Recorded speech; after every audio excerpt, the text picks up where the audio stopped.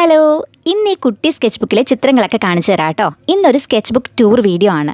ഇതും ഒരു hand made sketch ബുക്കാണ്. നമ്മൾ പാണ്ടക്കുട്ടൻ്റെ സ്കെച്ച് ബുക്ക് പറഞ്ഞതുപോലെ തന്നെ ഇതും ഒരു ഹാൻഡ് മെയ്ഡ് സ്കെച്ച് ബുക്കാണ്. ഇതിലെ പേജസ് സാധാരണ ഡ്രോയിങ് ഷീറ്റിലെ പേജസ് ഉപയോഗിച്ചിട്ടാണ് ഉണ്ടാക്കിയെടുത്തിട്ടുള്ളത്.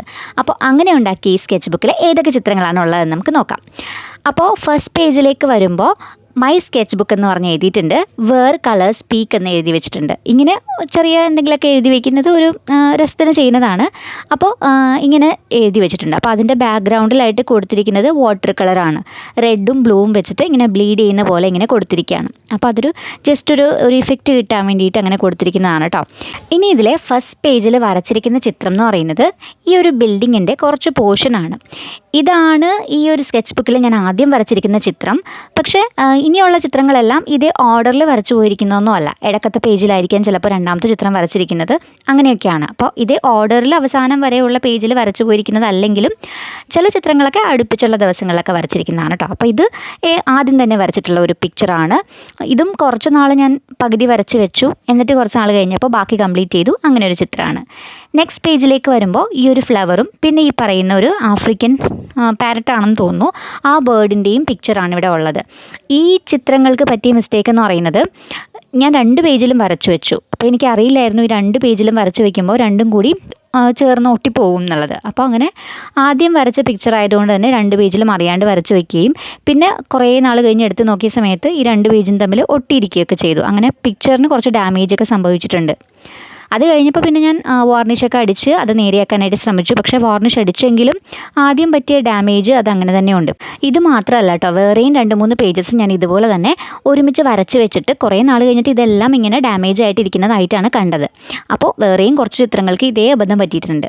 പിന്നെ ഈ ചിത്രങ്ങളെക്കുറിച്ച് പറയുകയാണെങ്കിൽ ആ ഒരു പാരറ്റിൻ്റെ ചിത്രം എനിക്ക് വളരെ ഫേവറേറ്റ് ആയിട്ടുള്ളതാണ്. അത് അത്യാവശ്യം സമയമെടുത്ത് ഡീറ്റെയിലിംഗ് ഒക്കെ ചെയ്തിട്ടുള്ള ഒരു പിക്ചറാണ് കേട്ടോ. പിന്നെ അതിന് മുന്നേ നമ്മൾ കണ്ട ആ ഫ്ലവറിൻ്റെ പിക്ചർ എന്ന് പറയുന്നത് അത് ഒരു ആർട്ടിസ്റ്റ് വരച്ചിരുന്നത് നോക്കി വരച്ചതാണ്.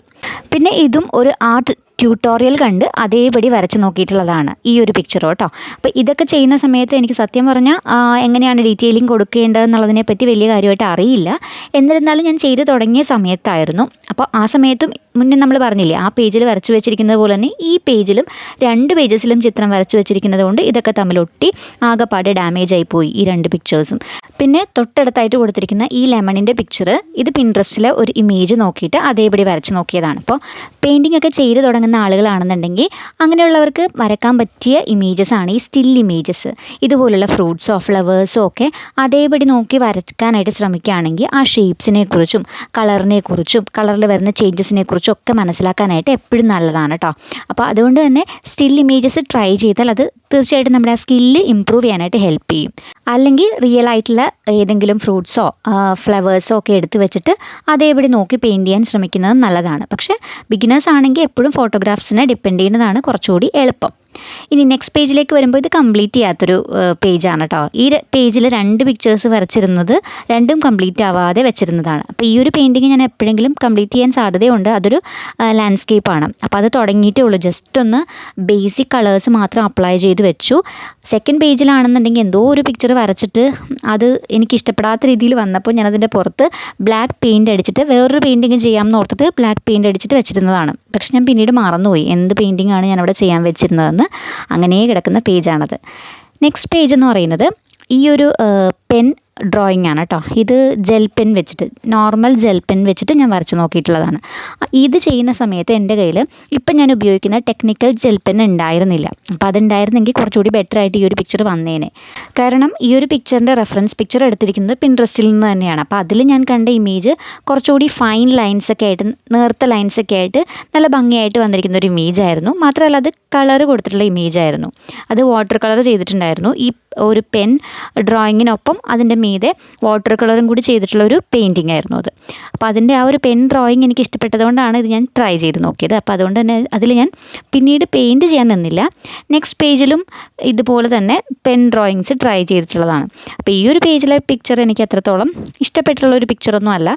ഇത് ഞാൻ ഓർക്കുന്നില്ല എപ്പോഴാണ് ചെയ്തതെന്ന്. ഇതെന്തോ വരച്ച് തെറ്റിപ്പോയപ്പോൾ അത് ശരിയാക്കാൻ വേണ്ടി ഞാൻ അതിൻ്റെ പുറത്ത് വെറുതെ ഇങ്ങനെ ഡൂഡിൽ ചെയ്ത് വരച്ച് വെച്ചിരിക്കുന്നതാണ്. അങ്ങനെ പ്രത്യേകിച്ചൊരു റെഫറൻസ് പിക്ചർ ഓർത്തിട്ടോ മനസ്സിൽ സങ്കല്പിച്ചിട്ടോ ഒന്നും വരച്ച് വെച്ചിരിക്കുന്നതല്ല ആ ഒരു പേജിൽ. പിന്നെ ഈ തൊട്ടടുത്ത പേജിൽ കാണുന്നതും ഒരു പെൻ ഡ്രോയിങ് തന്നെയാണ്. അത് എനിക്ക് കുറച്ചുകൂടി ഇഷ്ടമായി. നോർമൽ ഡൂഡ്ലിംഗ് തന്നെയാണ്, എന്നിരുന്നാലും അതിലെനിക്കെന്തോ ഇൻട്രസ്റ്റിംഗ് ആയിട്ട് എന്തോ ഫീൽ ചെയ്യുന്നുണ്ട്. കുറച്ചുകൂടി ബെറ്റർ ആയിട്ട് വന്നു എന്ന് എനിക്ക് തോന്നുന്നുണ്ട്. അപ്പോൾ അതാണ് അതിനെക്കുറിച്ച്. ഇനി അടുത്ത പേജിലേക്ക് വരുമ്പോൾ ഈ ഒരു പിക്ചർ, ആദ്യം കാണുന്ന ആ ഒരു പിക്ചർ കംപ്ലീറ്റ് ചെയ്യാത്തൊരു പിക്ചറാണ്.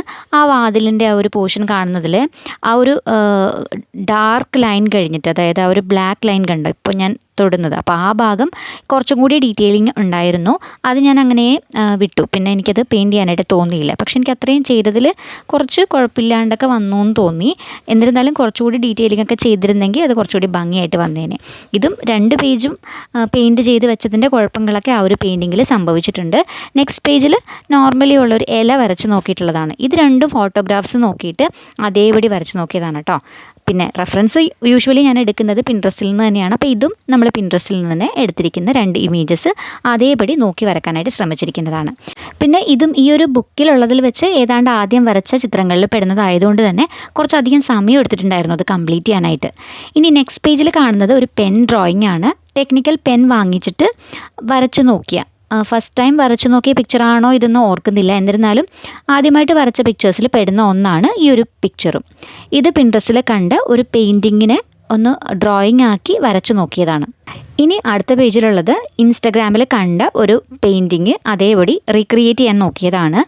ഇത് ഈ ഒരു ആമ്പലിൻ്റെ ഇലകൾ ഇങ്ങനെ വരുമ്പോഴേക്കും പുറത്തേക്ക് പ്രൊജക്റ്റ് ചെയ്ത് നിൽക്കുന്നത് പോലെ തോന്നുന്ന രീതിയിൽ ഇങ്ങനെ വരുമ്പോൾ ഒരു പ്രത്യേക ഭംഗിയുണ്ടായിരുന്നു ആ പെയിൻറ്റിങ് കാണാനായിട്ട്. അപ്പോൾ അത് ഞാൻ ചെയ്ത് നോക്കിയിട്ടുള്ളതാണ്.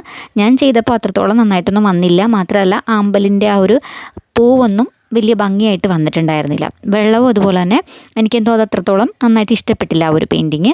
പിന്നെ ആദ്യം ചെയ്ത് നോക്കുമ്പോൾ നമുക്ക് ഒരുപാട് മിസ്റ്റേക്സ് പറ്റുമല്ലോ. അപ്പോൾ അങ്ങനെ മിസ്റ്റേക്സ് പറ്റി തന്നെയാണ് നമ്മൾ പഠിക്കുന്നത്. അപ്പോൾ അങ്ങനെ പഠിക്കാൻ പറ്റിയെന്ന് മാത്രമേ ഉള്ളൂ. നെക്സ്റ്റ് പേജും ഒരു സിമ്പിളായിട്ടുള്ളൊരു ഫ്ലവറിൻ്റെ പെയിൻറ്റിംഗ് ആണ്. ഇത് ജസ്റ്റ് ക്വിക്കായിട്ടൊന്ന് ചെയ്ത് നോക്കിയ പെയിൻറ്റിംഗ് ആണ്.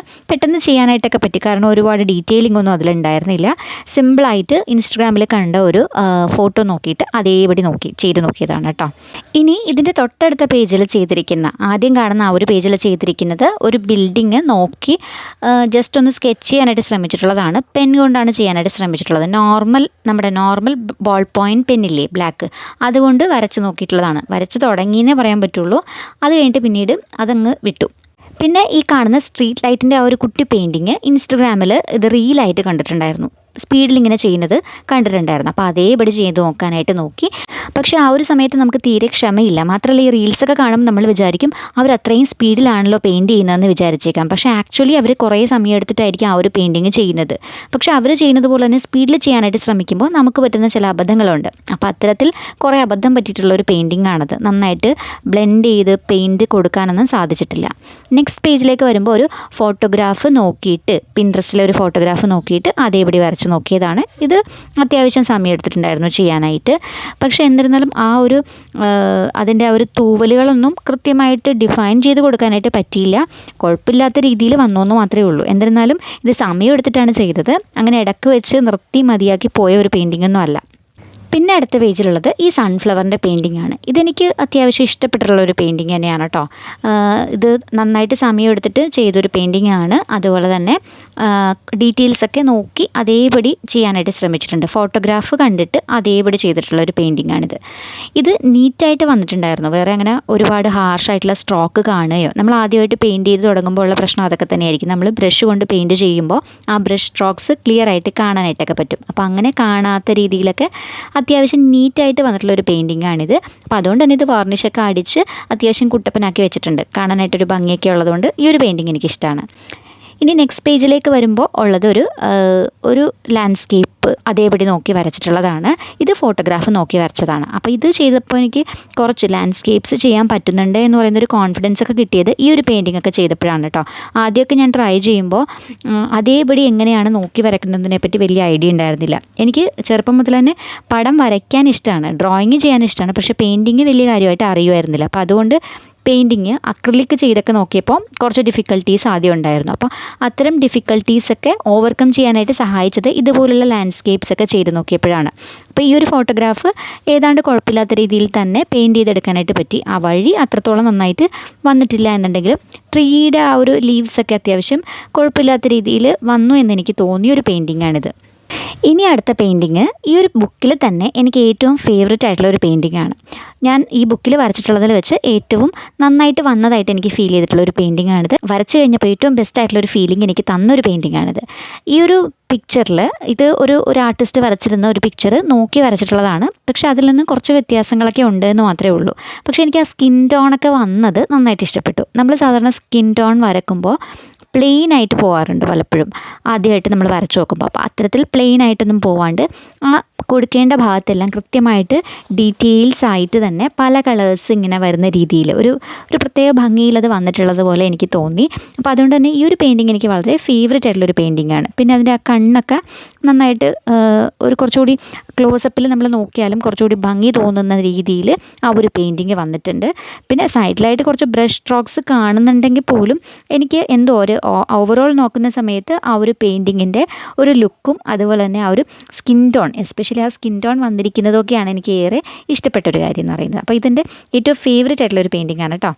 ഇതിൻ്റെ തൊട്ടടുത്ത പേജിലുള്ളത് 2 പെൻ ഡ്രോയിങ്സ് ആണ്. ഒന്ന് സാധാരണ ബോൾ പോയിൻറ്റ് പെൻ കൊണ്ട് വരച്ചതും മറ്റേത് ടെക്നിക്കൽ പെൻ കൊണ്ട് വരച്ചതുമാണ്. ഈ ബോൾ പോയിൻറ്റ് പെൻ കൊണ്ട് വരച്ച ചിത്രമായതുകൊണ്ട് തന്നെയാണ് അതിൻ്റെ കളർ ഒന്ന് ചേഞ്ച് ആയിട്ടുണ്ട്. കുറച്ച് നാൾ കഴിയുമ്പോൾ വരച്ച് കുറേ നാൾ കഴിയുമ്പോൾ നമ്മുടെ ആ പെയിൻറ്റിങ്ങിൻ്റെ കളറൊന്ന് ചേഞ്ച് ആവുന്നത് പോലെ നമുക്ക് തോന്നും. ഈ ബോൾ പോയിൻറ്റ് പെന്നാണെങ്കിൽ ബ്ലാക്ക് കളർ പതിയെ ഒരു റെഡിഷ് ടിൻ്റ് അതിൽ വരുന്നത് പോലെ നമുക്ക് തോന്നും. അപ്പോൾ അത് നിങ്ങൾക്ക് ഇപ്പോൾ ഒരു വീഡിയോയിൽ കാണുമ്പോഴും മനസ്സിലാവുന്നുണ്ടാവും ആ ഒരു പെൺകുട്ടിയുടെ പിക്ചറിൽ. പിന്നെ തൊട്ടടുത്ത് കാണുന്ന ആ ഒരു ഹാൻഡിൻ്റെ ഒരു പിക്ചർ പിൻട്രസ്റ്റിൽ കണ്ടിട്ട് അത് അങ്ങനെ നോക്കി വരയ്ക്കാനായിട്ട് ശ്രമിച്ചതാണ്. ആ സമയത്ത് ഞാൻ ഉപയോഗിച്ചിരിക്കുന്നത് ടെക്നിക്കൽ പെന്നാണ്. അപ്പോൾ ഈ ഒരു പിക്ചർ വരച്ച് കഴിഞ്ഞിട്ടാണ് ആദ്യം കാണുന്ന ആ ഒരു ബോൾ പോയിൻറ്റ് പെൻ കൊണ്ടുള്ള പിക്ചർ വരച്ച് കഴിഞ്ഞിട്ട് കുറേ നാളൊക്കെ കഴിഞ്ഞിട്ട് ആ ഒഴിഞ്ഞു കിടന്നിരുന്ന ബ്ലാങ്ക് പേജിൽ പിന്നീട് ടെക്നിക്കൽ പെൻ വാങ്ങിച്ചപ്പോൾ വരച്ച് നോക്കിയതാണ് ആ ഹാൻഡിൻ്റെ ഇമേജ്.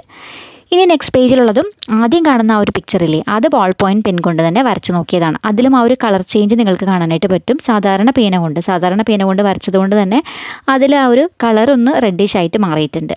പക്ഷേ അപ്പോൾ ആ ഒരു പിക്ചർ എനിക്ക് ഇഷ്ടപ്പെട്ടൊരു പിക്ചർ തന്നെയാണ് കേട്ടോ. അത്യാവശ്യം കുഴപ്പമില്ലാത്ത രീതിയിൽ വന്നു എന്ന് തോന്നിയ ഒരു പിക്ചറാണ്. പിന്നെ ഉള്ളത് ആ ഒരു രണ്ടാമത്തെ പെയിൻറ്റിംഗ് ആണ്. രണ്ടാമത്തെ പെയിൻറ്റിങ്ങിൽ സൈഡിൽ നിന്ന് കുറച്ച് പോയിട്ടൊക്കെ ഉണ്ട്. അതിങ്ങനെ 2 പേജും കൂടി ഒട്ടി കുറച്ച് പോയിട്ടൊക്കെ ഉണ്ട്. ആ സമയത്ത് ഞാൻ വാർണിഷ് ഒന്നും ചെയ്തിട്ടുണ്ടായിരുന്നില്ല. അപ്പോൾ അതുകൊണ്ട് തന്നെ കുറച്ച് ഡാമേജൊക്കെ വന്നിട്ടുണ്ട്. അപ്പോൾ ആ ഒരു ഗേളിൻ്റെ ഒരു പിക്ചറിൽ നിങ്ങൾക്ക് കാണാൻ പറ്റും ആ ഒരു ഗേളിൻ്റെ സ്കിൻ ടോൺ അത്രത്തോളം നന്നായിട്ട് വന്നിട്ടില്ല. കുറച്ച് പ്ലെയിൻ ആയിട്ട് എനിക്ക് ഫീൽ ചെയ്യുന്നുണ്ട്. അപ്പോൾ അതുകൊണ്ട് തന്നെ എനിക്ക് ആ ഒരു ഗേളിൻ്റെ പിക്ചർ അത്രത്തോളം ഇഷ്ടപ്പെട്ടിട്ടില്ല. പിന്നെ ആ ലീവ്സ് വരച്ചത് കുഴപ്പമില്ലാണ്ട് വന്നു. ലീവ്സിൻ്റെ ആ ഒരു ടെക്സ്ചറൊക്കെ വലിയ കുഴപ്പമില്ലാണ്ട് വന്നു. അതിൽ കാണാനായിട്ട് ഒരു ഭംഗി എനിക്ക് ഫീൽ ചെയ്യുന്നുണ്ട്. പിന്നെ അത് ആ ഒരു ഗേളിൻ്റെ കണ്ണും എനിക്കിഷ്ടമായി. അതിൻ്റെ ആ കണ്ണിൻ്റെ മേലെയുള്ള പിരികവും ആ ഒരു പോർഷനൊന്നും കൃത്യമായിട്ട് കൊടുക്കാനായിട്ട് പറ്റിയിട്ടില്ല എന്നുണ്ടെങ്കിൽ ആ കണ്ണുകൾ എനിക്ക് ഇഷ്ടപ്പെട്ടിരുന്നു. അപ്പോൾ അങ്ങനെയുള്ളൊരു പിക്ചറാണിത്. അപ്പോൾ ഇതത്ര ഫേവറേറ്റ് എന്നൊന്നും പറയാൻ പറ്റില്ല. എന്നിരുന്നാലും ആദ്യം വരച്ചപ്പോൾ എല്ലാം ഒരു ലേണിംഗ് പ്രോസസ്സാണല്ലോ. അപ്പോൾ അത്തരത്തിൽ ഒരു ലേണിംഗ് പ്രോസസ്സാണ് ഈ ഒരു പിക്ചറും. ഇനി അടുത്തത് 2 പെൻ ഡ്രോയിങ്സ് ആണ്. ഈ ഒരു ഗേളിൻ്റെ പിക്ചറും അതുപോലെ തന്നെ പിന്നെ ഒരു ഹാൻഡും. ഹാൻഡ് വരച്ച് നോക്കുന്നത് ആ സമയത്ത് എനിക്ക് വളരെ ഇഷ്ടമുള്ളൊരു കാര്യമായിരുന്നു. കാരണം നമ്മളുടെ ഓർഗൻസ് എല്ലാം ഡിഫറെൻ്റ് ആയിട്ടുള്ള ഓർഗൻസ് എല്ലാം അത് ഡിഫറെൻറ്റ് പൊസിഷൻസിൽ ഇരിക്കുമ്പോൾ എങ്ങനെ ഉണ്ടാകും എന്ന് വരച്ച് നോക്കിക്കഴിഞ്ഞാൽ നമുക്ക് പിന്നീട് പോർട്രേറ്റ്സ് ഒക്കെ ചെയ്യുമ്പോൾ അത് എളുപ്പമായിരിക്കും എന്നുള്ളതാണ്. അപ്പോൾ അതുകൊണ്ട് തന്നെ ഹാൻഡ് വരച്ച് പഠിച്ചതാണ്. അതിൽ നോക്കിയാൽ മനസ്സിലാവും ആ തമ്പൊന്നും അതിൻ്റെ ഒന്നും ഷേപ്പ് അത്രത്തോളം നന്നായിട്ട് വന്നിട്ടില്ല. മാത്രമല്ല പ്രൊപ്പോർഷനേറ്റ് ആയിട്ട് വന്നിട്ടില്ല. ബാക്കിയുള്ള വിരലുകളുടെ ഷേപ്പിനനുസരിച്ച് അല്ലെങ്കിൽ ആ ഒരു വലിപ്പത്തിനനുസരിച്ച് പ്രൊപ്പോർഷനേറ്റ് ആയിട്ടുള്ള തമ്പിൻ്റെ ഒരു വലിപ്പം വന്നിരിക്കുന്നത്. പിന്നെ ആ തമ്പ് വരച്ചതും അത്രത്തോളം ശരിയായിട്ടില്ല. ആ ഗേളിൻ്റെ പിക്ചർ വലിയ കുഴപ്പമില്ലാതെ വന്നു. ഇനി കാണുന്നത് എനിക്ക് ഒരു പണിയില്ലാതിരുന്ന ഒരു സമയത്ത് വെറുതെ പെയിൻറ്റിൻ്റെ ഡ്രോപ്സ് ഇങ്ങനെ ഇട്ട് നോക്കിയിട്ട് അത് സ്പ്രെഡ് ആവുന്നതിനനുസരിച്ച് അതിലൊരു ഇമേജ് ക്രിയേറ്റ് ചെയ്യാൻ ശ്രമിച്ചിട്ടുള്ളതാണ് കേട്ടോ. വലിയ വലിയ ആർട്ടിസ്റ്റൊക്കെ ചെയ്യുന്നത് കണ്ടിട്ട് നമ്മൾ ചെയ്ത് നോക്കിയപ്പോൾ പക്ഷേ ഇതുപോലുള്ളൊരു ഇമേജാണ് കിട്ടിയത്. ഒട്ടും തന്നെ ഭംഗിയായിട്ടത് വന്നില്ല. പിന്നെ അത് എന്തൊക്കെയോ ചെയ്ത് പെൻ കൊണ്ട് ഇങ്ങനെ ഒരു ഫ്ലവർ പോലെയൊക്കെ ആക്കി വരച്ചൊക്കെ വെച്ചിരിക്കുന്നതാണ്. അപ്പോൾ ഇതിലങ്ങനെ പ്രത്യേകിച്ച് പറയാനൊന്നുമില്ല. നെക്സ്റ്റ് ഇതിൻ്റെ തൊട്ടടുത്ത് കാണുന്നത് ഒരു ബോൾ പോയിൻറ്റ് പെൻ കൊണ്ടുള്ള ഒരു ഡ്രോയിങ് ആണ്. ഇതിലും അത്ര സാറ്റിസ്ഫൈഡ് ഒന്നും അല്ല ഞാൻ. കാരണം വെച്ചാൽ ആ ഒരു ഫേസിൻ്റെ പ്രൊപ്പോർഷനൊന്നും കറക്റ്റായിട്ട് വന്നിട്ടില്ല. ഇത് പിൻട്രസ്റ്റിൽ കണ്ട ഒരു ഡ്രോയിങ് നോക്കിയിട്ട് അതേപടി വരച്ച് നോക്കിയതാണ്. നെക്സ്റ്റ് പേജിൽ കാണുന്നത് 2 അക്രിലിക് പോർട്രേറ്റ്സ് ആണ്. അതിൽ ആ മുത്തശ്ശിയുടെ പിക്ചറാണ് എനിക്കിഷ്ടപ്പെട്ടിട്ടുള്ളത്. അതിൽ അത്യാവശ്യം ഡീറ്റെയിൽസൊക്കെ കൊടുത്ത് സമയമെടുത്ത് ചെയ്തിട്ടുള്ള ഒരു പെയിൻറ്റിംഗ് ആണ്. അതിൻ്റെ ആ ഒരു പിരികത്തിൻ്റെ പോർഷൻ ഒഴികെ ബാക്കിയുള്ള ഭാഗമൊക്കെ ചെയ്തപ്പോൾ എനിക്ക് ഇഷ്ടപ്പെട്ടിട്ടുണ്ടായിരുന്നു. അപ്പോൾ അത് എനിക്ക് ഇഷ്ടപ്പെട്ട ഒരു പെയിൻറ്റിംഗ് തന്നെയാണ്. പിന്നെ തൊട്ടടുത്ത പേജിൽ കാണുന്ന ആ ഒരു ഗേളിൻ്റെ പിക്ചറിനെ കുറിച്ച് പറയുകയാണെങ്കിൽ അത് അത്ര ഡീറ്റെയിലിങ് കൊടുക്കാനായിട്ട് എനിക്ക് പറ്റിയില്ല. അതുകൊണ്ട് തന്നെ അതിൻ്റെ ആ ഒരു കണ്ണിൻ്റെയും ലിപ്പിൻ്റെയും പോർഷൻ അല്ലാണ്ട് ബാക്കിയുള്ള ഭാഗമൊന്നും എനിക്ക് അത്രത്തോളം ഒരു സാറ്റിസ്ഫാക്ഷൻ കിട്ടിയിട്ടുള്ള ഒരു പെയിൻറ്റിംഗ് അല്ല കേട്ടോ അത്. ഇനി അടുത്ത പേജിലുള്ളത് ഒരു ലാൻഡ്സ്കേപ്പ് ലാൻഡ്സ്കേപ്പാണ്. ഇതൊരു ഫോട്ടോഗ്രാഫ് നോക്കി വരച്ചിട്ടുള്ള ഒരു പിക്ചറാണ്. ഇതെനിക്ക് ഇഷ്ടപ്പെട്ട ഒരു പെയിൻറ്റിങ് തന്നെയാണ്, കൂട്ടത്തിൽ ഇഷ്ടപ്പെട്ടൊരു പെയിൻറ്റിങ് തന്നെയാണിത്. ഇത് ഫിനിഷിങ്ങോടെ ചെയ്യാനായിട്ടൊക്കെ പറ്റിയിട്ടുണ്ട്. പിന്നെ അത് മാത്രമല്ല ഒരു നീറ്റായിട്ട് വന്നിട്ടുണ്ട്. അപ്പോൾ അതുകൊണ്ട് തന്നെ അത് അവസാനം വാർണിഷൊക്കെ കൊടുത്ത് ക്ലിയർ ആക്കി വെച്ചിട്ടുണ്ട്. പിന്നെ സ്കെച്ച് ബുക്കിൽ ചെയ്യുന്ന പെയിൻറ്റിങ്സിനെല്ലാം വാർണിഷ് കൊടുക്കണമെന്നൊന്നുമില്ല, പക്ഷേ അത് കേടായി പോവാതിരിക്കാനായിട്ട് വാർണിഷ് കൊടുക്കുന്നത് നല്ലതാണ്. നോർമലി നമ്മൾ ക്യാൻവാസിലൊക്കെ ചെയ്യുന്ന സമയത്താണ് വാർണിഷ് അടിച്ചത് കംപ്ലീറ്റ് ആക്കി ഇങ്ങനെ വെക്കുന്നത്. പക്ഷേ ആ ഒരു പെയിൻറ്റിങ് ഡാമേജ് ആയി പോവാതിരിക്കാനായിട്ട് നമുക്കിതുപോലെ ബുക്കിലാണെന്നുണ്ടെങ്കിൽ വാർണിഷ് അപ്ലൈ ചെയ്ത് നോക്കാവുന്നതാണ്. അങ്ങനെ ഈ ഒരു പെയിൻറ്റിങ്. ഇനി നെക്സ്റ്റ് പേജിൽ കാണുന്നത് രണ്ടും ഇൻകംപ്ലീറ്റ് ആയിട്ടുള്ള 2 പെയിൻറ്റിങ്സ് ആണ്. ബുദ്ധനെ വരച്ച് നോക്കിയപ്പോൾ ആ ഫേസ് അത്രത്തോളം ഭംഗിയായിട്ട് വന്നില്ല. ഫേസിൻ്റെ ആ ഒരു എന്താ പറയുക, ഒരു ഓവറോൾ ലുക്കും അതുപോലെ തന്നെ ആ ഒരു ഷേപ്പും ഒന്നും ഒരു ബുദ്ധൻ്റേതുപോലെ വന്നില്ല. അപ്പോൾ അതുകൊണ്ട് തന്നെ പിന്നീട് എനിക്കത് കറക്റ്റ് ചെയ്യാനൊന്നും അത്ര മനസ്സുണ്ടായിരുന്നില്ല. അപ്പോൾ അതുകൊണ്ട് അത് ചെയ്യാനുള്ള ഒരു ഇൻട്രസ്റ്റ് അങ്ങ് പോയി. പിന്നെ അത് കറക്റ്റ് ചെയ്യാമെന്ന് വിചാരിച്ചു എപ്പോഴെങ്കിലും, പക്ഷേ പിന്നെ അതിൻ്റെ കാര്യം മറന്നുപോയി. അതങ്ങനെ വെച്ചിരിക്കുന്ന ഒരു പെയിൻറ്റിംഗ് ആണ്. പിന്നെ തൊട്ടടുത്തായിട്ട് കാണുന്ന ആ ഒരു പോർട്രേറ്റ് വരച്ച് തുടങ്ങിയതാണ്. പക്ഷേ അതിൻ്റെ റെഫറൻസ് പിക്ചർ ഞാൻ എവിടെ നിന്നാണ് എടുത്തതെന്നുള്ളത് ഞാൻ മറന്നുപോയി. എൻ്റെ ഫോണിൽ നോക്കിയിട്ട് പിന്നീട് ആ റെഫറൻസ് പിക്ചർ കാണാനുണ്ടായിരുന്നില്ല. അപ്പോൾ അതുകൊണ്ട് തന്നെ ആ ഒരു പിക്ചർ എനിക്ക് കംപ്ലീറ്റ് ചെയ്യാനായിട്ട് പറ്റിയില്ല. ഇതും കുറേ നാൾ കഴിഞ്ഞിട്ടാണ് ഞാൻ വീണ്ടും ഇത് കംപ്ലീറ്റ് ചെയ്യാമെന്ന് വിചാരിച്ചിട്ട് പിക്ചറൊക്കെ അന്വേഷിച്ചത്. അപ്പോഴേക്കും ആ പിക്ചർ എൻ്റെ കയ്യിൽ നിന്ന് നഷ്ടപ്പെട്ടു പോവുകയും ചെയ്തു. നെക്സ്റ്റ് പേജിൽ കാണുന്നത് മുതൽ മിക്കവാറും നമ്മൾ ഷോർട്സിൽ കണ്ടിട്ടുള്ള പിക്ചേഴ്സൊക്കെ ആയിരിക്കും കേട്ടോ. ഈ ഒരു ബേർഡ്സിൻ്റെ പെയിൻറ്റിങ് ഷോർട്സിൽ ഞാൻ കാണിച്ചിട്ടുണ്ടായിരുന്നു. അതങ്ങനെ ട്യൂട്ടോറിയലായിട്ട് കാണിച്ചതൊന്നും അല്ല, ജസ്റ്റ് അത് ചെയ്തപ്പോൾ അവസാനം ഫിനിഷിംഗ് ടച്ച് കൊടുക്കുന്ന സമയത്ത് ഞാൻ ജസ്റ്റ് ഒന്ന് വീഡിയോ എടുത്ത് ഷോർട്സിൽ പോസ്റ്റ് ചെയ്തിട്ടുണ്ടായിരുന്നു. അപ്പോൾ ആ ഒരു ബേർഡ്സിൻ്റെ പെയിൻറ്റിംഗ് ആണിത്. ഇത് അക്രിലിക്സിൽ ചെയ്ത പെയിൻറ്റിംഗ് ആണ്. ഇത് ഒരു കുറച്ച് സമയം എടുത്തിട്ടുണ്ടായിരുന്നു ചെയ്യാനായിട്ട്. ഒരുപാട് സമയമൊന്നും എടുത്തില്ല, എന്നിരുന്നാലും അത്യാവശ്യം സമയമെടുത്തു. അങ്ങനെ ചെയ്തൊരു പെയിൻറ്റിംഗ് ആണ്. ഇത് ചെയ്ത് കഴിഞ്ഞപ്പോൾ എനിക്ക് അതിൻ്റെ ഒരു ലുക്ക് ഇഷ്ടപ്പെട്ടിട്ടുണ്ടായിരുന്നു. കുഴപ്പമില്ലാണ്ടൊക്കെ വന്ന ഒരു പെയിൻറ്റിംഗ് ആണ്. ഇത് ഫോട്ടോഗ്രാഫ് നോക്കിയിട്ട് അതേപടി വരച്ച് നോക്കിയതാണ് കേട്ടോ. ഇനി അടുത്തത് ഈ ഒരു ഗേളിൻ്റെ പോർട്രേറ്റ് വരയ്ക്കാൻ ശ്രമിച്ചിട്ടുള്ളതാണ്. ഇതും ഫിനിഷ്ഡ് അല്ല. ഇതിൻ്റെ ഫേസൊന്നും ഷേപ്പൊന്നും വരച്ചിട്ടില്ല, ജസ്റ്റ് കണ്ണുകളും അതുപോലെ തന്നെ ചുണ്ടുകളും വരച്ചു എന്ന് മാത്രമേ ഉള്ളൂ.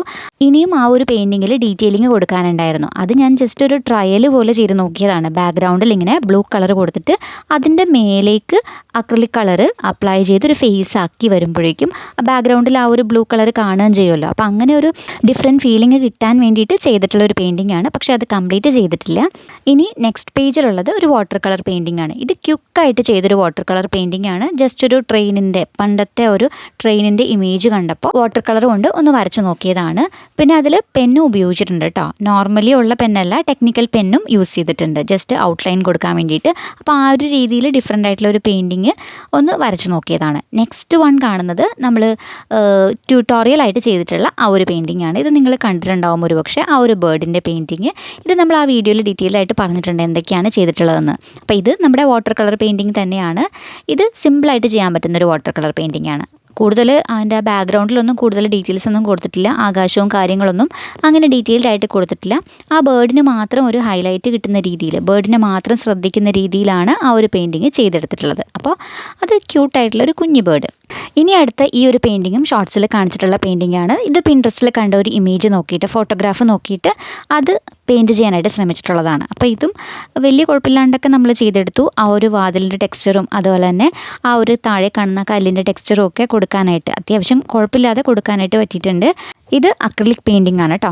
ഇനി നെക്സ്റ്റ് പേജിൽ കാണുന്നത് 2 ഫ്ലവേഴ്സ് ഇങ്ങനെ വരച്ചിരിക്കുന്നതാണ്. ആ ഒരു പെയിൻറ്റിങ് കംപ്ലീറ്റ് ചെയ്തിട്ടില്ല, ആ ഫ്ലവേഴ്സ് മാത്രം വരച്ചു എന്നേ ഉള്ളൂ. അപ്പോൾ അതിൻ്റെ ബാക്ക്ഗ്രൗണ്ട് എനിക്ക് ഇഷ്ടപ്പെട്ട രീതിയിൽ വരാത്തത് കൊണ്ട് ആ പെയിൻറ്റിങ്ങിൽ കൂടുതൽ വരക്കാനായിട്ട് എനിക്ക് തോന്നിയില്ല. അതുകൊണ്ട് തന്നെ അതിൻ്റെ സൈഡിലായിട്ട് ഇലകളൊക്കെ കാണുന്ന രീതിയിൽ ആ ഒരു പിക്ചറിലുണ്ടായിരുന്നു. അപ്പോൾ ആ ഒരു പോർഷനൊന്നും ഞാൻ വരച്ചു കൊടുത്തിട്ടില്ല, ജസ്റ്റ് ആ ഒരു ഗ്രീൻ കളർ കൊടുത്തു വെച്ചു എന്ന് മാത്രമേ ഉള്ളൂ. ഇനിയും ലീവ്സ് ഉണ്ടായിരുന്നു, അതൊന്നും വരച്ചില്ല.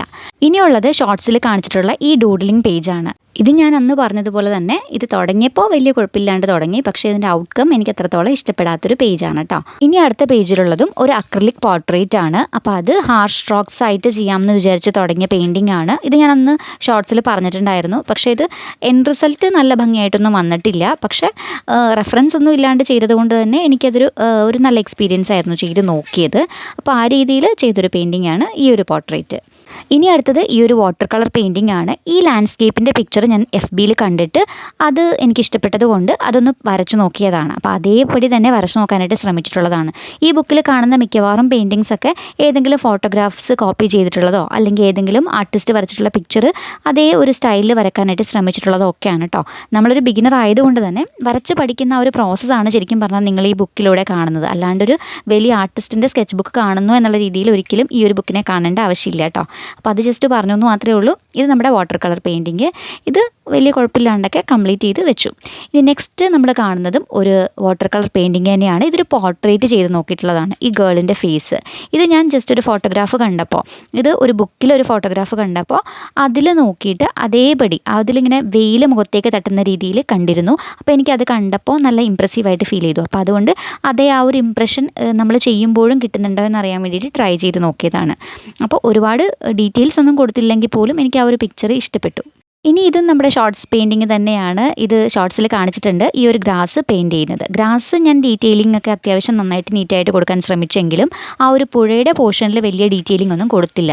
അതുകൊണ്ട് തന്നെ ആ ഒരു പുഴയുടെ ആ ഒരു ഏരിയയിലെത്തുമ്പോൾ ഒരു ഫിനിഷ്ഡ് ലുക്ക് അവിടെ കിട്ടുന്നില്ല. ഗ്രാസ് വലിയ കുഴപ്പമില്ലാണ്ടൊക്കെ വന്നു. അപ്പോൾ ഈ ഒരു പെയിൻറ്റിങ്ങും അക്രിലിക്കിലാണ് നമ്മൾ ചെയ്തെടുത്തിരിക്കുന്നത്. പിന്നെ ഇത് ഞാൻ തന്നെ എടുത്തിട്ടുള്ള ഒരു ബീച്ച് സൈഡ് ഫോട്ടോഗ്രാഫ് അതേപടി നോക്കി വരക്കാനായിട്ട് തുടങ്ങി വെച്ചതാണ്. ഈ ഒരു പെയിൻറ്റിങ് തീർച്ചയായിട്ടും ഞാൻ എപ്പോഴെങ്കിലും കംപ്ലീറ്റ് ചെയ്യുമെന്ന് വിചാരിക്കുന്നുണ്ട്. അങ്ങനെ ചെയ്യുകയാണെങ്കിൽ വീഡിയോയിലൂടെ കാണിക്കാം കേട്ടോ. ഇത് അക്രിലിക് തന്നെയാണ് നമ്മൾ യൂസ് ചെയ്തിരിക്കുന്നത്. ജസ്റ്റ് ബേസ് കളേഴ്സ് കൊടുത്തു വെച്ചു എന്ന് മാത്രമേ ഉള്ളൂ. ഇനിയും ഒരുപാട് ഡീറ്റെയിൽസ് ഇതിൽ കൊടുക്കാനുണ്ട്. അപ്പോൾ അത് പിന്നീട് എപ്പോഴെങ്കിലും ഞാൻ വരച്ച് തീർക്കുമ്പോൾ കാണിച്ചു തരാം. ഇനി അടുത്തൊരു പിക്ചർ ഈ ലാൻഡ്സ്കേപ്പ് ആണ്. ഇതും ബേസ് കളേഴ്സ് കൊടുത്തു വെച്ചിട്ട് മാത്രമേ ഉള്ളൂ. പക്ഷേ എനിക്കിത് പിന്നീട് പെയിൻറ്റ് ചെയ്യാനായിട്ടൊരു ഇൻട്രസ്റ്റ് തോന്നിയില്ല. അപ്പോൾ അതുകൊണ്ട് ഞാൻ പകുതിക്ക് വെച്ച് നിർത്തിയിരിക്കുന്നതാണ്. താഴെയുള്ള വാട്ടറും അതൊന്നും പെയിൻറ്റ് ചെയ്തിട്ടില്ല. അപ്പോൾ അതൊക്കെ ഇനി ചെയ്യുകയാണെങ്കിൽ നമുക്കത് വീഡിയോ ആയിട്ട് ചെയ്യാം. പക്ഷേ എനിക്ക് മടിയായിട്ട് പിന്നീട് നിങ്ങൾ വിട്ടതാണ്. ചിലപ്പോൾ ചില പെയിൻറ്റിങ്സ് നമ്മൾ തുടങ്ങി വെച്ചിട്ട് അതിൻ്റെ ഇൻട്രസ്റ്റ് പോയിട്ട് പിന്നെ അത് ചെയ്യാൻ തോന്നാത്ത ചില അവസ്ഥകൾ ഉണ്ടാവാറില്ലേ. അപ്പോൾ അതുപോലൊരു പെയിൻറ്റിങ്ങാണ് ഇതും തുടങ്ങി വെച്ചിട്ട് എനിക്ക് പിന്നീട് അങ്ങോട്ട് അത് ചെയ്യാനായിട്ട് തോന്നിയില്ല. നെക്സ്റ്റ് പെയിൻറ്റിംഗ് എന്ന് പറയുന്നത് ഇത് നമ്മൾ അന്ന് കാണിച്ചിരുന്നു. ലാസ്റ്റ് പെയിൻറ്റിംഗ് എന്ന് പറഞ്ഞിട്ട് ഷോർട്സിൽ ജസ്റ്റ് ഒന്ന് വെറുതെ ഒന്ന് കാണിച്ചിരുന്നു. പെയിൻറ്റ് ചെയ്യുന്നതൊന്നും ഡീറ്റെയിൽ ആയിട്ട് എടുത്തിട്ടുണ്ടായിരുന്നില്ല. പക്ഷേ ഇത് വെറുതെ ഒന്ന് കാണിച്ചിട്ടുണ്ടായിരുന്നു. അപ്പോൾ അതാണിത്.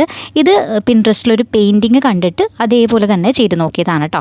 അപ്പോൾ ഇതാണ് ആ ഒരു പെയിൻറ്റിങ്. ഇത് നമ്മുടെ സ്കെച്ച് ബുക്കിലെ ലാസ്റ്റ് പെയിൻറ്റിംഗ് ആണ്. ഇത് ചെയ്യുന്ന സമയത്ത് ഞാൻ നല്ല എക്സൈറ്റഡ് ആയിരുന്നു. അപ്പോൾ അതുകൊണ്ട് തന്നെയാണ് ആ ഒരു ഷോർട്ട് വീഡിയോയിൽ അങ്ങനെ പറഞ്ഞിട്ടുണ്ടായിരുന്നത്. അപ്പോൾ ഇത്രയൊക്കെയാണ് നമ്മുടെ ഈ ഒരു കുട്ടി പുസ്തകത്തിലുള്ള പെയിൻറ്റിങ്സ്. പിന്നെ നമ്മുടെ വീഡിയോസ് കാണുന്ന കുറച്ച് കൊച്ചു കൂട്ടുകാർ അവരുടെ പേര് പറയണമെന്ന് പറഞ്ഞിട്ടുണ്ടായിരുന്നു. ഇത് റെക്കോർഡ് ചെയ്ത് തുടങ്ങിയപ്പോൾ ഞാൻ ആ കാര്യം വിട്ടുപോയി. അപ്പോൾ അതുകൊണ്ടാണ് ഇപ്പോൾ പറയുന്നത് കേട്ടോ. അപ്പോൾ സിയക്കും അഭിനവനും ഹാനിയലിനും ഒരു ബിഗ് ഹായ് ഉണ്ട്. അപ്പോൾ ഇത്രയൊക്കെ ഉള്ളൂ നമ്മുടെ ഇന്നത്തെ ഈ ഒരു വീഡിയോയിൽ പറയാനായിട്ട്. അടുത്ത നല്ലൊരു വീഡിയോ ആയിട്ട് അടുത്ത ദിവസം വരാം. ബൈ.